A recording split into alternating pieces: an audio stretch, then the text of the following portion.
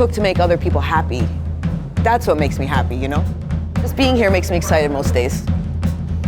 So my dad was always excited too. It always made us exciting seeing everyone run around, excitement, and just the effortless thing that we do in here every day. You know, the customers always like, you guys work like machines in here. Everyone works together. My dad came over from Greece when he was 16, and he bought his first restaurant in 19 called the Hills Diner in New Jersey.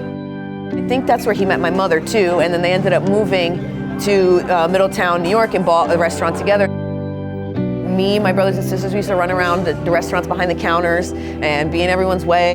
I started working when I was 13. We opened up the first restaurant in 2014, and then 4 years later, we had a lot of success, and this building came for sale. And he's like, I want to go up to North Myrtle Beach, and I said, absolutely, because we were bursting at the seams in Myrtle Beach. So we came up here, we opened this one, and then we went down to Surfside, and we just opened it up last January. Closed the day after a shutdown for COVID, and we had to close the other two restaurants, and he still took that place and he worked on it, and he opened up 9 months later and opened the Surfside location. And the success the Surfside location had was like nothing anyone's ever seen before. In the middle of the summer, he started getting sick, and he didn't know what was wrong. And then he got diagnosed with pancreatic cancer, stage 4, right off the bat. And it was like the whole world crumbled on top of us. For him to get diagnosed with cancer like that was really hard for all of us because he was like invincible. It was daddy. So now every day, you know, we get up and my family and I, and we just take care of everything that he built. We make a little bit of almost everything. We have a page devoted to our waffles. We have a page devoted to our Benedicts. My favorites are the red velvet waffle, the cinnamon waffle, the chipotle bacon skillet.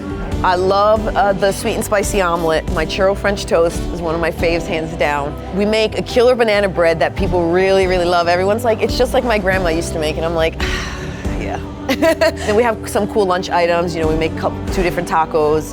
We have a prime rib sandwich. We roast the ribeye in-house. I love my sausage gravy I make here, so you know, the biscuits and gravy. And I'm from New York, so we didn't do biscuits and gravy in New York. The food scene here has definitely grown a lot, and I have some really favorite restaurants that I go to.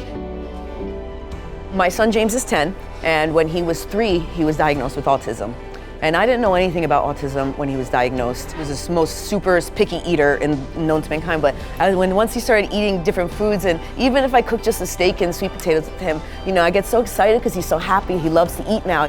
Came up with the idea that every April we feature a child on the spectrum.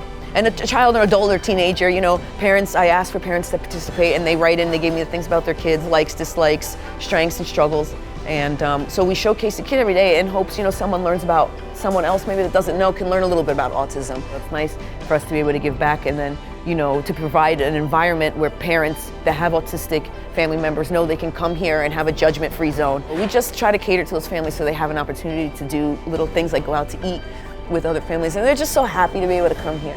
I'm so happy when parents come in and they can bring their kids in there, and they're like, we come here every time we come to Myrtle Beach. And I'm just so happy to live in a place that is learning to be autism friendly, you know, Myrtle Beach and Surfside, North Myrtle Beach. The community's really, you know, trying, you know, welcoming these families that sometimes they wouldn't get to go.